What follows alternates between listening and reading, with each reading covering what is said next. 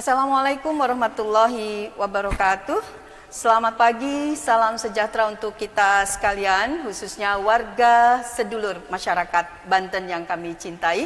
Jumpa kembali dengan saya, Neng Nur Cahyati, Kepala Dinas Komunikasi Informatika Statistik Persandian Provinsi Banten dalam channel Jawara TV Pemerintah Provinsi Banten.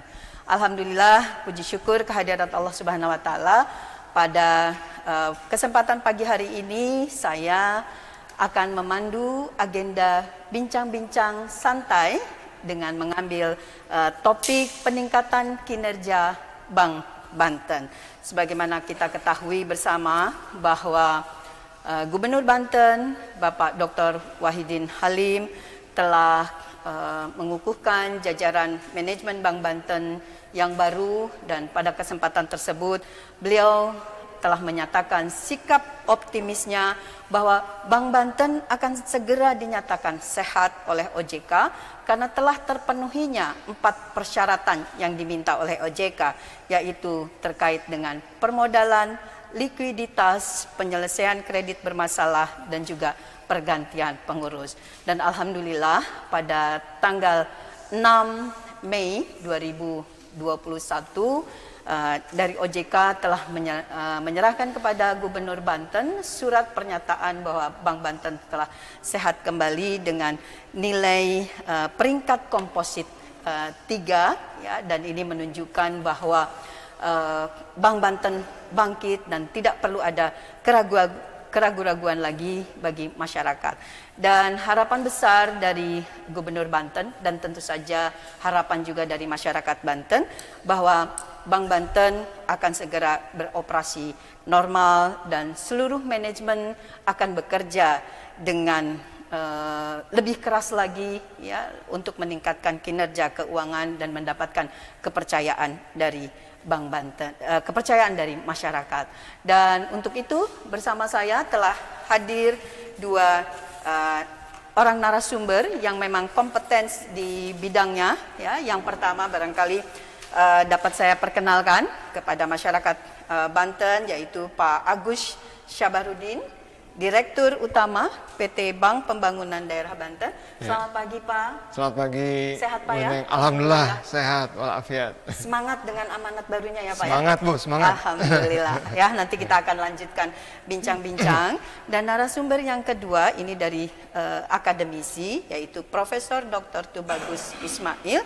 Beliau adalah guru besar akuntansi Universitas Sultan Ageng Tirtayasa, dan guru besarnya ini sejak 2016, dan tentu dengan segudang prestasi yang sudah beliau raih dan keahliannya di strategi bisnis korporasi, auditor, manajemen keuangan, dan yang lain-lainnya.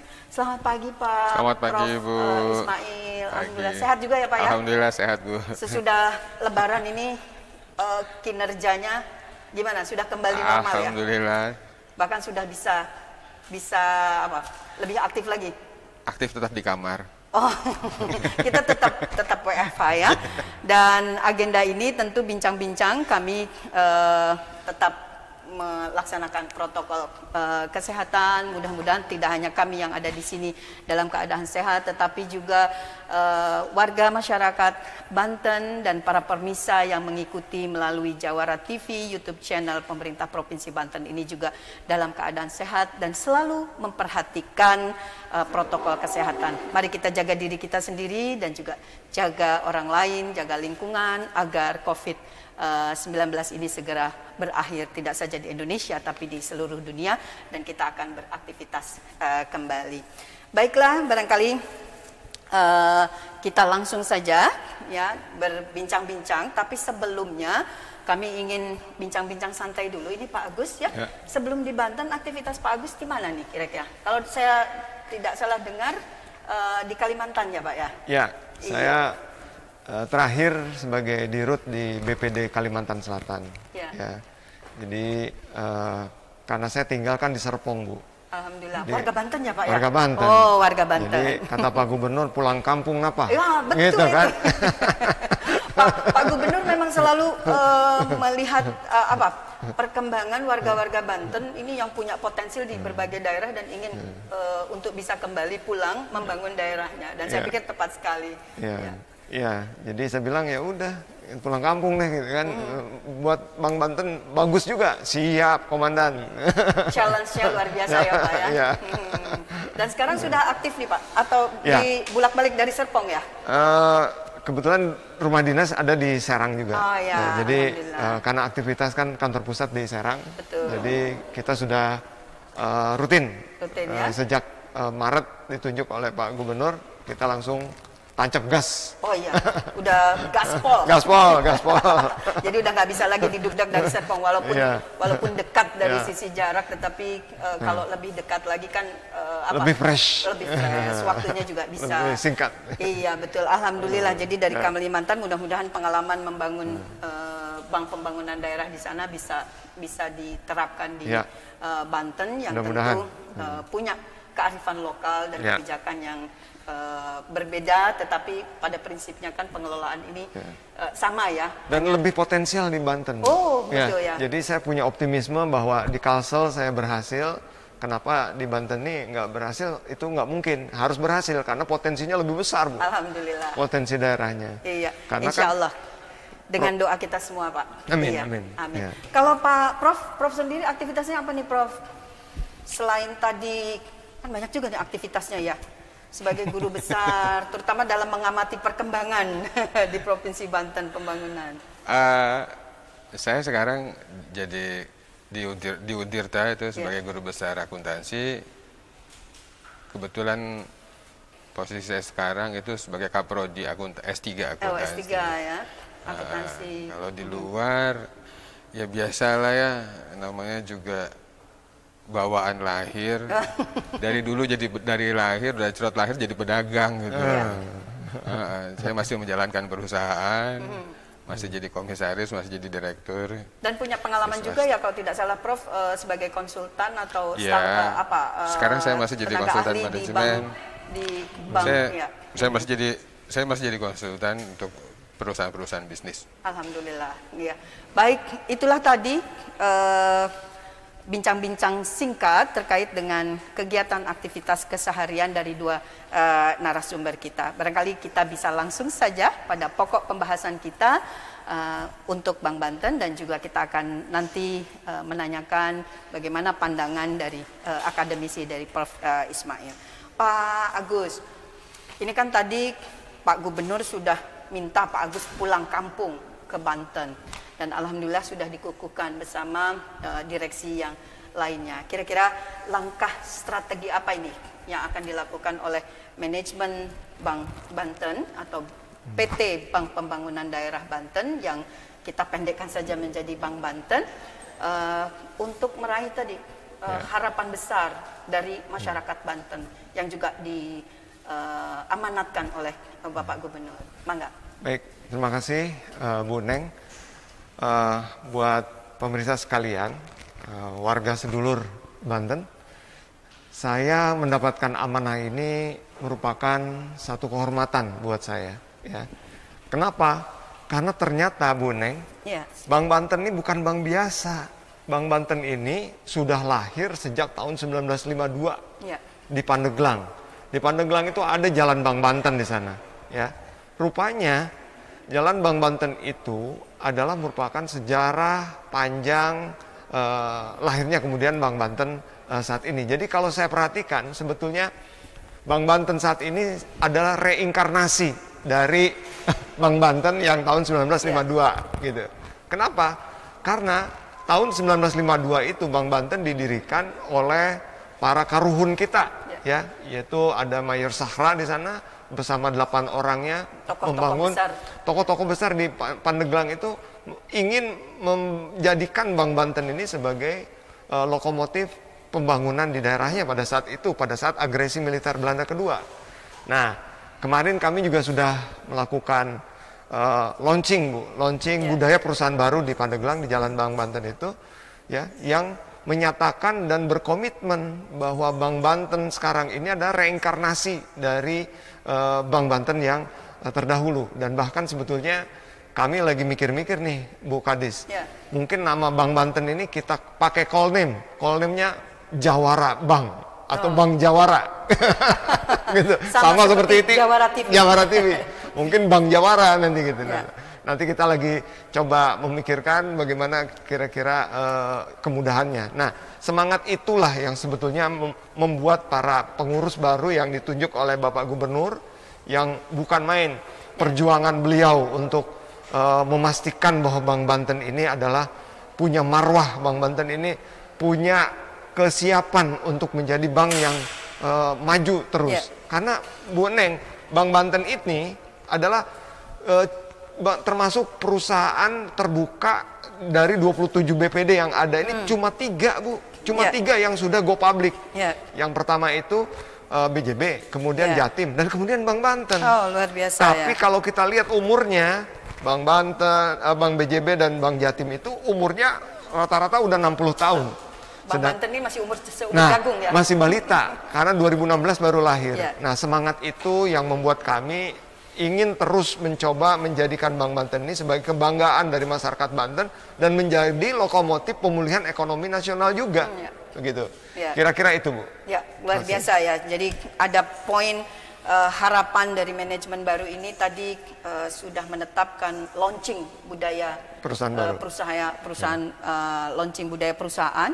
Ya, mudah-mudahan ini nanti bukan hanya di level pimpinan tetapi sampai ke grassroots ya, mengetahui, dan juga ada branding yang ingin ditelurkan juga supaya melekat di ingatan masyarakat. Dan yang terakhir tadi ya upaya-upaya yang bagaimana masyarakat ini juga punya semangat yang sama untuk mendukung keberadaan Bank Banten. Baik, kita coba tanyakan nih Prof.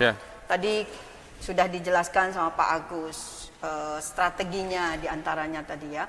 Kalau dari sisi Prof. Ismail sebagai akademisi melihat proses perjalanan dan perkembangan Bank Banten sampai dinyatakan bank yang sehat dengan peringkat komposit 3 ini, kan ini sebuah prestasi. Bagaimana Prof menilai ini sebagai seorang akademisi? Baik, terima kasih. Yang namanya ilmuwan itu kan independen. Saya melihatnya dari sisi akademisinya. Jadi begini, dengan yang kemarin sudah berdarah-darah, maka kedepannya yang paling mesti ditawarkan adalah strateginya apa sih? Kan gini, sederhananya, laba itu berasal dari pendapatan dikurangi biaya. Gampangnya kan gitu. Nah, pendapatan bank itu berasal dari, yang paling besar adalah dari bunga kredit yang diberikan ke konsumennya, nasabahnya. Artinya bagaimana nasabah bisa mendapatkan dana tersebut dari pihak bank. Kalau terlalu mudah juga kasihan masyarakat. Saya ingin mengingatkan begini, jangan sampai nanti diberikan kemudahan, masyarakat jadi tukang penghutang konsumennya. Saya ingin para pemirsa di Banten gini loh, ngutang itu boleh, tapi kepaksa aja. Kalau ada kebutuhan yang urgent ya, Prof. Bedakan antara kebutuhan dengan keinginan.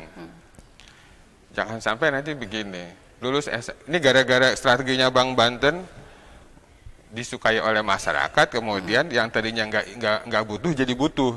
Itu jadi masalah. Karena apa? Karena Bank Banten ini tujuannya adalah untuk meningkatkan pertumbuhan ekonomi juga. Intinya gitu. Tapi tidak semata-mata kemudian mengembangkan profit di Bank Bantennya. Tapi pikirkan juga masyarakatnya. Jadi maksudnya gini, berikan edukasi ke masyarakat bahwa jangan sampai gini, lulus sarjana, lulus sekolah, kemudian beli beli motor yang ngutang 3 tahun ke bank lagi. belum lunas 3 tahun, ngutang lagi, beli rumah 15 tahun, ngutang lagi. Kenapa? Karena banknya gampang memberikannya, memberikan kemudahannya. Nah, dapat 10 tahun, dapat 5 tahun, ganti lagi motornya menjadi Ayla. Ayla dapat 10 tahun berubah menjadi HRV atau CRV. Dapat 20 tahun kemudian, rumahnya lunas, tapi kemudian rumahnya mesti direhab lagi. Rehabnya mesti ngutang lagi. Kenapa? Ngutangnya gampang. Soalnya Bank Banten nanti bantuin lagi ngutangnya, gitu loh. Karena Bank Banten juga mendapatkan profit dari situ. Nah, ketika pensiun, si pegawai tadi atau masyarakat tadi, nah kemudian ngawinin anaknya, mantuan, ngutang lagi. Gitu loh. Saya ingin masyarakat begini, jangan sampai nanti dari pagi sampai pagi lagi kerjaannya cuma buat bayar hutang saja. Masyarakat mesti diedukasi juga gitu loh, bahwa jangan semata-mata nih ayo ngutang ke Bank Banten, nggak gitu juga gitu loh. Kasihan masyarakatnya gitu loh. Kenapa? Karena dari lahir sampai mati kerjaannya cuma buat bayar hutang gitu loh. Saya selalu memberikan edukasi ke perusahaan-perusahaan, ke UKM-UKM, jangan pernah ngutang kalau nggak kepaksa. Saya sederhana saja gitu loh. Ya, selalu gunakan modal sendiri dulu gitu loh. Kenapa? Karena begitu bank memberikan bantuan, istilahnya bantuan ya, itu kemudian ada yang mesti dibayar setiap bulan dan itu jadi leverage. Leverage itu asumsinya akan bagus kalau semuanya berjalan normal. Tapi yang namanya bisnis nggak harus normal gitu loh. Siapa yang tahu bahwa sudah setahun lebih siapa yang tahu sudah setahun lebih kita pandemi gitu loh. Ya, ada di era pandemi. Iya enggak? Ya. Silakan Bapak Ibu semuanya masyarakat Banten lihat 300 hotel di Jakarta dijual. Produksi mobil turun 50%, penjualannya turun 50%. Ya, itu dampaknya besar sekali. Ya, kenapa? Yang bisa bikin bangkrut itu cuma satu. Kenapa? Yang ngutang gitu loh. Itu yang bikin bangkrut. Kenapa? Karena bank terlalu mudah memberikan. Terlalu mudah memberikan hutang tadi. Nah, perkara kalau strateginya Bank Banten, kalau saya sih paling utama sekarang lakukan cost cutting aja. Ya. Paling cepat ya turunkan biaya semuanya, cost cutting. Jadi cost leadership saja gitu loh. Yang pertama sekali ya. Kenapa? Karena kemarin sudah berdarah-darah kan. Saya kasih contoh begini loh. Saya tidak akan memberikan contoh yang besar-besar banget. Di Untirta tuh ada pedagang bakso namanya Bibi Indeke. Dia sehari dapat 100.000 dan dia modal 200.000, dapatnya 100.000 gitu. Dia selalu untung loh, 100.000. Tapi tadi dia pakai angkot, dia nggak ngutang gitu loh. Jadi begitu nggak laku dia masih bisa bertahan. Tapi kalau nggak laku, nah ini bahaya nih. Kalau dia ngutang. Nah makanya saya bilang hati-hati dengan strateginya bank juga di masyarakat begini gitu loh. Itu yang saya harapkan. Jadi jangan sampai, saya ulangi lagi, jangan sampai nanti kita dari lahir sampai mati buat bayar utang melulu nih konsumennya, masyarakatnya. Itu bahaya banget nih. Itu Bu, makasih. Iya. Jadi ini dari Prof. Ismail sebagai akademisi dan juga mewakili sebagai masyarakat Banten yang tentu harapannya juga ingin Bank Banten maju. Tetapi tadi tidak memberikan atau melahirkan kebijakan-kebijakan yang sangat mudah sehingga merugikan juga masyarakat, dan berharap bahwa ada edukasi dari Bank Banten, bagian dari kepedulian sosial untuk juga mengajarkan kepada masyarakat bagaimana melakukan pengelolaan keuangan bagi dirinya dan keluarganya. Jadi menarik sekali nih, barangkali ini nanti juga bisa disampaikan oleh Pak Agus, apakah hal seperti itu juga sudah termasuk dalam kebijakan dari Bank Banten. Kembali ke Pak Agus, kalau dilihat dari kurun waktu 1 bulan ini, ya barangkali kepengurusan yang baru ini, manajemen yang baru 1 bulan ya kurang lebih. Ya, bulan Maret. Bulan Maret. Jadi ya? udah 2 bulan. Ya, dan setelah dikukuhkan ini oleh Pak Gubernur di awal Mei kemarin ya, setelah dari OJK, tentu ada sinergi yang harus dilakukan tadi dalam meraih kepercayaan masyarakat, nasabah, ya, dan juga dalam upaya peningkatan kinerja keuangan. Kira-kira sinergi apa yang telah dilakukan oleh Bank Banten? Misalnya kan kita ketahui bahwa RKUD ini selama ini ada di Bank Jabar, ya. Kemudian juga sinergi dengan lembaga-lembaga dengan pemerintah Provinsi Banten sebagai pemegang saham utama. Apa saja yang harus dilakukan terkait dengan kewenangan atau tugas fungsi dari BPKAD, dari Bapenda, kemudian dari OPD-OPD sebagai nasabah dari Bank Banten. Karena kami sendiri ini dari Kominfo sudah dilakukan sosialisasi oleh Bank Banten. Barangkali itu untuk sementara, di samping nanti mungkin Pak Agus bisa menjelaskan sinergi-sinergi dan upaya-upaya lain yang sudah dilakukan dalam rangka tadi bersama investor atau juga dengan pihak-pihak lain. Mangga Pak Agus. Baik, Bank Banten kan bank pembangunan daerah. Ya. Jadi di samping sebagai profit center, tentunya berperan juga sebagai agent of development. Seperti yang Prof. Ismail tadi sampaikan, kami punya strategi juga untuk mengembangkan responsible lending. Ya, responsible lending ini yang tadi mungkin disebutkan oleh Pak Profesor, bagaimana kita bisa memberikan edukasi kepada, memberikan literasi, ya, meningkatkan literasi kita kepada nasabah kita, pada stakeholder kita, bahwa setiap kita harus punya financial planning dalam hidupnya. Nah, financial planning inilah yang harus betul-betul kita coba edukasi kepada semua pihak, terutama buat masyarakat, ya. Apalagi kan sekarang captive market dari Bank Banten ini adalah para ASN, ya. Nah, seperti semua BPD seluruh Indonesia, semua captive marketnya adalah ASN. Ya. Nah, tentunya peran kami dengan prinsip responsible lending ini, itulah yang nanti akan coba kita kembangkan, bahwa kami memberikan lending, memberikan kredit kepada para ASN itu bukan semata-mata untuk consumer, tapi bagaimana kita juga bisa memberikan pendampingan usaha, ya, apalagi misalnya persiapan untuk pensiun gitu. Yeah. Jadi misalnya H-5 tahun pensiun itu sudah berbank Banten, kemudian kita bisa memberikan bantuan pengarahan, pendampingan, bagaimana dia bisa melakukan bisnis dengan baik. Akhirnya mereka setelah pensiun sudah punya usaha sendiri dan menjadi mandiri dan kemudian terus berkembang usahanya. Nah, itu yang kami sebut responsible lending. Ya. Responsible lending ini menjadi unik program yang saya pikir harus terus dikembangkan di Bank Banten ini, yang sudah kami canangkan. Dan kaitannya dengan pertanyaan Ibu Kadis tadi, Bu Neng, bahwa kami Bank Banten ini sudah membicarakan tentang perlunya ekosistem keuangan daerah. Ya, ekosistem keuangan daerah ini adalah sebagai upaya kita untuk membangun sinergitas dari seluruh stakeholder yang ada di Provinsi Banten.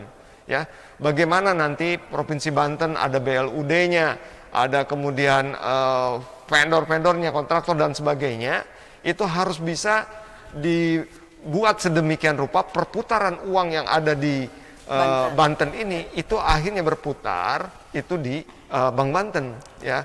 Makanya kami sedang mengusulkan satu usulan kepada legislatif maupun kepada eksekutif, ya, bahwa perlu ada satu payung yang mungkin kalau pengalaman saya di Kalimantan Selatan cukup pergub, ya, cukup pergub.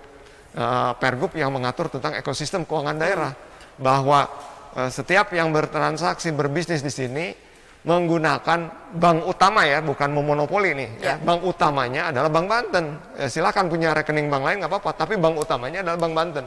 Sehingga dengan demikian perputaran uang yang ada di Provinsi Banten ini tetap dikelola oleh Bank Banten, dan ini akan segera membesarkan Bank Banten. Jadi ekosistem keuangan daerah inilah yang saya sangat mengharapkan untuk bisa terbit segera, ya, baik itu Pergub maupun Perda, ya, karena ini akan membantu akselerasi mengejar ketertinggalan Bank Banten yang baru saja selesai dari sakitnya. Ya. Mungkin itu, Bu. Tambahan lagi tadi, kalau dengan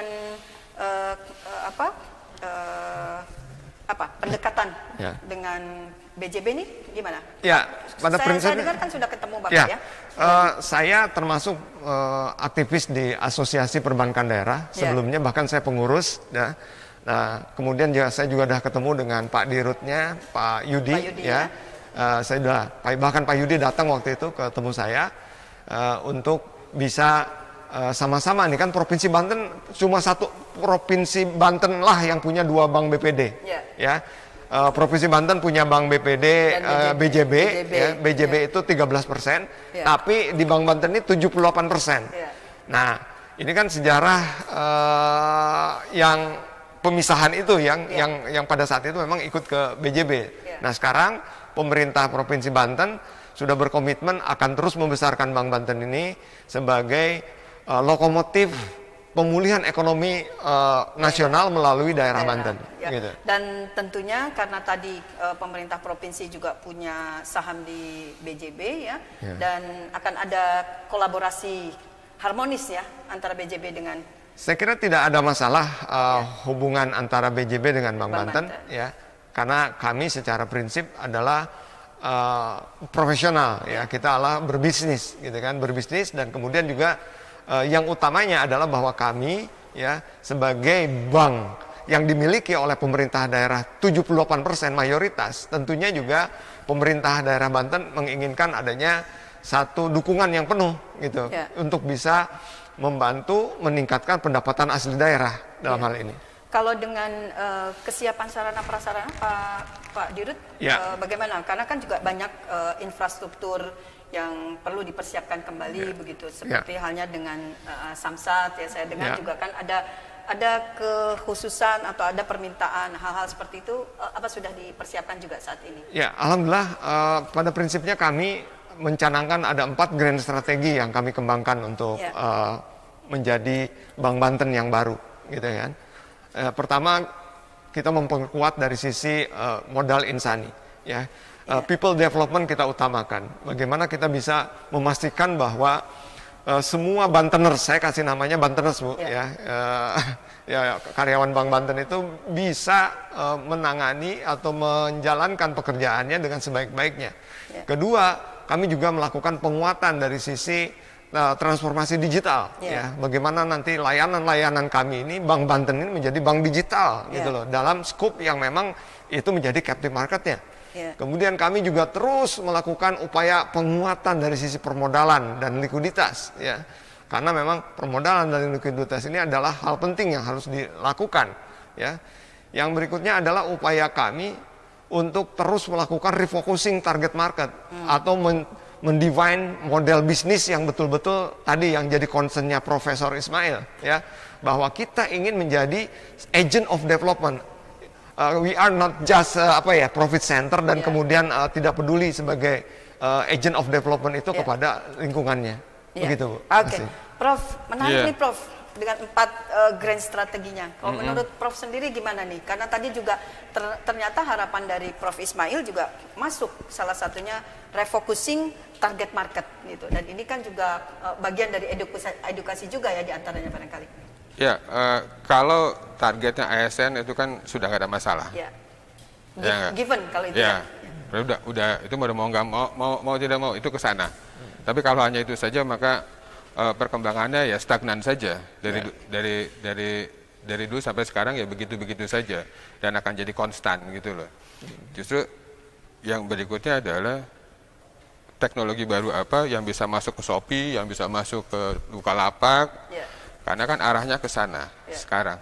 Maksudnya online ya, transaksi online gitu loh. Apakah teknologi tadi sudah sampai ke sana gitu loh. Strateginya gitu loh ya. Gitu. Saya nggak tahu, apa sudah sampai ke sana apa belum? Sedang Pak, sedang dalam proses. Jadi misalkan orang beli Shopee nggak usah pakai BNI lagi. Ya, sudah langsung Bank Banten. Sudah ada Bank Banten gitu loh. Jadi sehingga kalau PNS ASN mau beli itu tinggal buka HP saja, sudah bisa gitu. Tapi transaksinya dengan via Bank Banten bukan bank lainnya, kan begitu tujuannya. Nah kalau itu sudah ada itu lumayan kan, artinya dalam ada pengembangan e-commerce ada mau nggak mau kan, mau nggak mau kita semua kita semua hampir sekarang semua transaksi e-commerce semua kan. Kita beli barang dari Cina juga gampang. Ya, beli barang, jangan beli barang dari dalam negeri, barang dari luar negeri juga sekarang gampang, tinggal buka handphone saja kan gitu. Nah, masalahnya adalah Bank Banten sudah ngikutin zaman nggak? Ya. Ngikutin zaman nggak? Nah, kalau nggak ngikutin zaman ya sudah ASN saja konsumennya gitu loh. Nah, itu yang jadi concern ya. Nah, berikutnya adalah seberapa sih bisa dipercaya oleh masyarakat kan begitu? Harus ngambil hatinya masyarakat kan? Apa sih yang bisa bikin percaya masyarakat kan? Sehingga akan oke, saya mau nabung nih ke sana. Gitu loh. Karena bagaimanapun juga butuh sumber dana dari masyarakat kan, gitu loh. Nah, strateginya apa sih supaya masyarakat mau dong nabung ke sini? Punya daya tarik sendiri ya, Bang Banten. Saya nggak bisa komen ya. Kenapa? Karena ya sekarang belum ngapa-ngapain nih, masih belum. Ya Bapak baru sebulan kan belum bisa dikomenin apa-apa gitu loh. Tapi paling tidak support pesan yang bisa disampaikan kepada Pak Agus selaku manajemen baru nih untuk ke depan. Iya, makanya tadi sekarang zaman e-commerce, maka mau nggak mau masuk, salah satunya adalah maka masuk ke sana untuk memudahkan transaksinya tadi. Jadi saya ambil contoh, kalau BNI itu bisa loh sampai ke Cina transaksinya. Sekarang Cina banyak loh barang-barangnya sampai ke Indonesia. Hampir semua orang jadi importir sendirian, nggak usah lagi datang ke pelabuhan gitu ya, nggak usah datang lagi ke sana, cukup lewat handphone saja, dan itu banyak banget. Hampir semua barang dari Cina itu kan gampang banget ya. Jadi mungkin mungkin bagi yang belum pernah berdagang online atau belum pernah ngimpor barang dari Cina, apa iya gitu ya? Ternyata gede loh barang dari Cina itu banyak banget gitu. Nah, itu pakainya apa? Kan bukan harus masuk ke sana, maksud saya Bank Banten harus masuk ke sana gitu loh. Kenapa? Karena itu transaksinya besar gitu loh. Cocok, Pak. Ya, jangan sampai nanti ASN punya rekening di Bank Banten, tapi kemudian dia mau beli celana dalam ke Cina gitu, ternyata nggak bisa nih gitu. Percuma pakai bank lain lagi, akhirnya kan begitu. Ya, ini salah satunya ya, new teknologinya gitu loh. Itu harus mau nggak mau gitu loh. Nah, itu juga saya rasa tidak mudah juga ya untuk kerjasama sama para importirnya juga gitu loh. Ya, gitu. Kalau belum dengan importir, barangkali dengan Enggak, importir tuh perorangan sekarang udah bisa jadi importir, enggak maksudnya. Ibu sekarang daftar bisa jadi importir, maksudnya ibu jadi importir sekarang kan? Kan sekarang gampang, belinya ibu tetap posisi di sini gitu kan ya, kita belanja, kita adanya tetap di kamar, tapi barangnya kan ibu bisa ngimpor, itu maksud importir, bukan perusahaan besar, bukan yang perusahaan besar, cukup misalnya 100.000 juga ibu bisa ngimpor kan sekarang, nggak susah gitu loh. Nah, sekarang transaksi itu jadi besar banget kan? Kan sudah ada listnya gitu, dari Shopee sekian, dari ini sekian gitu. Itu kan enak sebenarnya. Ya, jadi siapa-siapa, dan ternyata ASN juga banyak kan gitu yang melakukan itu, maksudnya yang impor gitu. Jadi reseller. Iya, kan banyak tuh kan, jadi dropshipper, jadi reseller atau apa segala macam gitu ya. Itu gampang banget sekarang kan. Termasuk saya. Iya. Ada jaket keren dari mana? Iya, nggak butuh modal lagi kan sekarang. Nah sekarang permasalahannya Bank Banten harus bisa masuk ke sana nih gitu loh. Cocok, Pak, cocok. Kenapa? Karena ini besar nih pasarnya. Potensi yang gitu. sangat besar. Iya, potensinya besar gitu. Cocok, Pak. Maksud saya gitu. Nah, sekarang nggak tahu target ini mau sampai kapan, karena transaksinya besar loh. Ya. Oke. Gitu. Nah, itu gimana Pak? Menarik nih. Ya, jadi ada cocok. bagian dari apa yang disampaikan oleh Prof. Ismail kayaknya sejalan sama apa yang saya pikirkan dan manajemen lakukan. Karena kami sendiri dalam budaya perusahaan yang baru, kita bangun nama budayanya itu trust. Seperti tadi Pak Profesor Ismail, kita harus membangun kepercayaan supaya si nasabah kita itu bisa berbank Banten begitu ya. Dan ini kami sadari.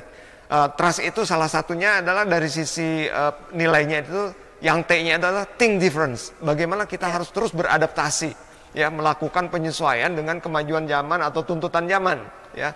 Kemudian yang kedua adalah trust, yang kedua adalah reliable. Bagaimana kita itu kalau bertransaksi itu ya orang nyaman, comfortable gitu, dan kita profesional dalam menanganinya. Kemudian yang U-nya itu universe, bahwa kita ini rahmatan lil alamin. Bank Banten ini bukan cuma ngasih utang terus nggak peduli sama lingkungan dan sebagainya, gitu kan? Bukan cuma ASN-nya aja, tapi kita juga ada peduli sama pembangunan, Ya, kita juga masuk ke sindikasi yang aman. Pokoknya intinya bahwa kita ingin benar-benar menjadi bank yang universe juga, ya, memberikan rahmatan lil alamin.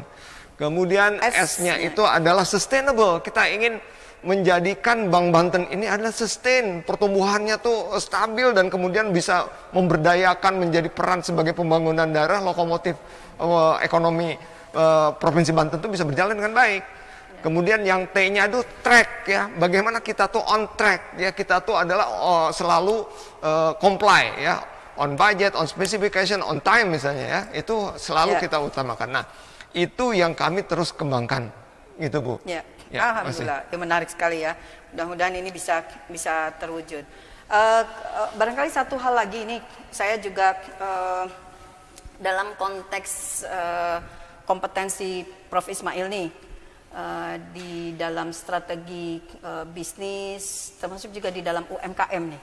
Kira-kira ada harapan besar nggak nih bahwa Bank Banten juga mendukung UMKM di Banten yang jumlahnya hampir 1 juta nih yang keberadaannya, kira-kira harapannya seperti apa nih? UMKM? Ya, terhadap keberadaan UMKM, dukungan dari Bank Banten ke depan. Iya, kan permasalahan jadi gini, permasalahan UMKM itu sebenarnya bukan sekedar permasalahan modal ya, maksudnya modal ya. Betul. Bukan bagaimana bank memberikan bantuan modal, bukan. Tidak semudah itu. Saya analogikan gini, kalau bisnis itu mudah, kalau bisnis itu gampang, maka semua dosen Fakultas Ekonomi dan Bisnis itu bakal jadi bisnismen. Tapi ternyata enggak sampai 2,5%-nya, kan begitu? Kenapa? Ya. Kalau bisnis itu gampang, maka alumni Fakultas Ekonomi dan Bisnis itu bakal jadi bisnismen. Enggak juga ternyata, gitu loh. Malah mereka kebanyakan jadi pegawai, kan begitu? Ya, kenapa? Karena bisnis itu ternyata nggak mudah. Ya, resikonya besar, gitu loh. Nah, UMKM juga sama. Kebetulan saya sama istri saya suka nanganin UMKM, gitu. Jadi gini. Bukan modalnya gitu loh. Sebenarnya ya, kalau saya melihat bukan modal kok. Mental. Ya. Jadi kesiapan banyak faktor, maksudnya gini loh. Kalau perkara modal itu perkara gampang kok. Anda semua orang nggak punya uang, ada barang di sana, ada kebutuhan, udah di dropship aja udah ke sana gitu loh. Ya kan gitu. Nggak pakai modal lagi kan gitu. Ya enggak. Justru saya agak bingung gitu. Kenapa harus pakai modal yang gede gitu loh? Makanya saya selalu sarankan, coba pikirkan sekali lagi, apakah benar Anda butuh modal? Maksudnya pinjam uang ke bank? Bisa nggak pinjam mertua duluan gitu loh? Kan kalau itu modal mertua paling juga ngedengerin ocehan yang pedes doang kan gitu. Kalau bisa balikin. Kan gitu. Nggak ada kan jaminan apa segala macam gitu. Kenapa? Karena bisnis itu nggak mudah. Karena tidak mudah lah, maka hati-hati gitu loh. Harus prudent banget gitu loh. Betul. Ya, saya selalu ajarkan begitu, dan saya sendiri berbisnis nggak pakai bank. Ya, saya nggak punya utang sama bank masalahnya. Ya, adik-adik saya semua juga sama, berbisnis kita nggak pakai. Kalau konteks artinya bukan pada bank gitu, tetapi kan ada tadi juga terkait dengan agent of development. Mungkin di samping tadi bahwa bank juga menyediakan modal untuk UMKM, ada faktor-faktor lain yang misalnya dalam konteks edukasi dan sebagainya. Jadi gini, perlu dilakukan. Fungsi bank tadi yang paling penting adalah jadi ketika memfasilitasi transaksi tadi kan. Karena orang-orang seperti saya itu orang nggak punya hutang ke bank gitu loh. Jadi tapi saya butuh bank. Kenapa? Karena untuk transaksi dari Cina ke sini. Jadi barang dari Cina masukin ke sini. Itu butuh bank kan. Nah, saya pakai Bank Banten enggak gitu loh, karena belum masuk ke sana kan, gitu. Nah, jadi UKM juga kan sama, karena sebenarnya gini, UKM juga kan tinggal buka laptop, tinggal buka handphone saja, dia masukin barang dari Cina ke sini. Nah, transaksinya lewat Bank Banten. Nah, gimana caranya transaksi menarik lewat Bank Banten gitu loh. Bukan perkara permodalannya, karena sekarang permodalan, kalau menurut saya itu jauh lebih mudah gitu loh. Yang susah adalah menghubungkan antara barang sama atau jasa ke konsumennya gitu loh. Akses ya? Iya, nah ini butuh intermediary banknya tadi gitu loh. Ya, ini butuh banknya nih. Ini yang murah yang mana nih banknya gitu loh. Baik. Ya, dosen-dosen di Untirta kalau beli jurnal, bayar jurnal segala macam, itu kan butuhnya bank. Ya. Ya enggak? Nah, sampai enggak bank transaksinya bisa ke Eropa. Nah, ini harus sampaikan ke sana. Transaksi jurnal kita gede loh, Bu, di Untirta itu. Okay. Ratusan juta gitu loh. Betul. Iya, tapi kan kita nggak pakai Bank Banten. Kenapa? Karena belum sampai sana kan gitu. Nah, ini yang harus dimasukin pasar itu ke sana gitu loh. Siap nih Pak Gus. Karena gitu. banyak sekarang komunitas-komunitas atau organisasi-organisasi e-commerce, jadi pelaku-pelaku UMKM ini kan udah bergabung di dalam satu wadah. Nah, itu barangkali juga yang perlu dilihat potensinya untuk mereka memiliki akses dengan baik dengan konsumen, mungkin dengan produsen produk. Karena kalau permodalan gini, biasanya di sana ada produsen, Anda nggak usah keluarin duit gede-gede deh, cukup 90.000, 100.000, jadi reseller kami, udah barang tuh dikirim kan gitu. Ya, barang tuh dikirim. Tapi begitu terjadi transaksi, nah ini mau pakai bank mana nih gitu loh. Itu gitu. Makin firm ya. Ya, boleh. Terima kasih Prof. Ismail. Jadi memang fungsi bank itu adalah salah satunya untuk transaction. Ya. Nah, untuk transaction banking kita udah ready. Ya, kita akan terus kembangkan secara digital. Kemudian fungsi bank yang kedua itu adalah intermediary antara yang punya duit sama yang punya usaha tapi nggak punya modal. Kalau Profesor Ismail punya modal, gitu kan ya, untuk usahanya yang sekarang. Tapi kalau misalnya usaha besar yang memang membutuhkan dana yang besar dan dana yang memang dia membutuhkan, tentunya bank juga berfungsi di sini berperan sebagai intermediary untuk bisa membiayai, bisa modal kerja, modal investasi. Dan sebagainya itu bisa disesuaikan dengan jenis bisnisnya. Kalau model trading yang tadi Pak Profesor sampaikan mungkin ya memang sebatas itu. Ya artinya Profesor mungkin nggak terlalu perlu untuk membutuhkan modal banyak untuk itu karena sifatnya menjadi butuh bank itu hanya sebagai transaction bankingnya aja. Ya mungkin itu. Tapi secara besar karena bank adalah sebagai agent of development itu tidak menutup kemungkinan kayak kami nih. Meskipun kami tadi captive marketnya adalah ASN, tapi kami juga kan menjadi agent of development, harus bantu juga proses pembangunan jalan tol, terus pembangunan yang lainnya. Tentunya ini perlu ada keterampilan dalam mengelola asset liability management. Nah, jadi mungkin yang paling penting adalah sama kepedulian kami untuk mengedukasi masyarakat sebagai agent of development. Ya, Bank Banten bukan sekedar bank. Lalu kemudian juga Bank Banten ini sebagai bank yang punya komitmen ya untuk menjadi katakanlah pemulihan ekonomi daerah nih ya itu juga menjadi punya peran yang penting. Baik, luar biasa nih. Sebetulnya kita masih pengen ngobrol-ngobrol nih, pengen bincang-bincang lebih jauh lagi, tapi karena waktunya dibatasi hanya 1 jam, ya barangkali untuk tahap ini kita akan akhiri saja. Namun sebelumnya kami ingin memberikan kesempatan kepada Pak Dirut PT Bank Pembangunan Daerah Banten dan juga Prof. Ismail untuk barangkali beberapa kata sebagai closing statement harapan terhadap Bank Banten ke depan. Kami persilakan Pak Agus dulu. Baik, para pemirsa sekalian yang saya cintai, pertama saya mengucapkan terima kasih banyak ya atas dukungan dan loyalitas kepada Bank Banten selama ini. Dan alhamdulillah sejak 6 Mei lalu kita sudah menjadi bank normal kembali. Dan tentunya saya sebagai manajemen bertanggung jawab untuk memberikan pelayanan yang terbaik bagi Anda semua. Dan kami terus berkomitmen. Apalagi sekarang nih, setelah dicabut BDPK, itu ada kekhawatiran akan terjadi ras katanya. Ternyata, alhamdulillah, malahan tabungan masuk. Ya, sekarang aja kemarin ada perorangan yang deposito 100 miliar, gitu kan ya. Sampai seperti itu. Jadi sudah tidak usah ragu lagi. Kami memang sedang berbenah dan kami siap untuk menjadi Bank Banten yang berubah, ya Bank Jawara, jago dan juara dalam melakukan layanan yang terbaik bagi keuangan dan kebutuhan finansial Anda.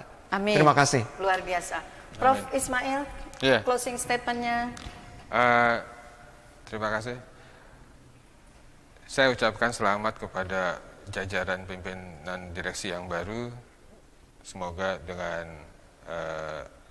wajah-wajah yang segar, dengan energi yang baru, dengan strategi yang baru, bisa mengembangkan Provinsi Banten, bisa meningkatkan kesejahteraan masyarakat Banten. Ya. semoga apa yang dicanangkan, apa yang direncanakan oleh Pak Dirut tadi itu bisa dilaksanakan dengan baik. Amin. Terima kasih. Ya, makasih Prof. Terima kasih, sama-sama. Terima kasih Prof. Ismail, terima kasih Pak Dirut sudah berkenan hadir di Studio Mini Dinas Kominfo Provinsi Banten untuk bincang-bincang santai. Dan jangan sungkan kalau dari Untirta juga ingin menggunakan kanal Jawara TV YouTube Pemprov Banten maupun juga dari Bank Banten, jika ada hal-hal yang memang perlu disosialisasikan, kami siap untuk membantu mendiseminasi informasi apapun juga. Terima kasih. Baiklah, warga sedulur masyarakat Banten yang kami cintai, alhamdulillah sesi bincang-bincang santai dengan tema peningkatan kinerja keuangan Bank Banten telah sampai di penghujung. Kami mengucapkan terima kasih kepada Profesor Dr. Tubagus Ismail ya dari Untirta dan juga Pak Agus Syabarudin Dirut PT Bank Pembangunan Daerah Banten yang sudah berkenan hadir memberikan pencerahan kepada kita semuanya. Barangkali sebagai closing dari saya ingin mengajak kepada seluruh masyarakat Banten ya, baik melalui Jawara TV, channel YouTube Pemprov Banten maupun juga melalui Instagram official Pemprov Banten, mohon untuk tidak ragu-ragu lagi. Bank Banten sudah berubah, memiliki strategi yang insya Allah dengan doa dan dukungan kita semuanya akan menjadikan Bank Banten ini sebagai bank jago dan juaranya. Ya, sehingga keberadaan Bank Banten ini juga dapat memberikan kontribusi yang positif bagi peningkatan pembangunan di Provinsi Banten. Mari kita support tadi budaya corporate dari Bank Banten dengan trustnya. Yang pertama, think different, bahwa differentnya ini tentu arahnya kepada kemajuan yang lebih baik lagi. Reliable transaction, kemudian universe, peduli pada lingkungan, kemudian juga sustainable.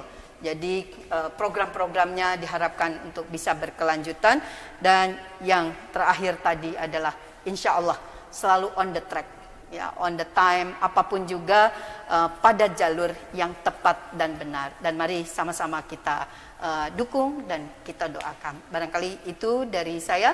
Sampai jumpa kembali pada topik berikutnya yang akan hadir di Jawara TV YouTube channel Pemprov Banten dan juga melalui Instagram.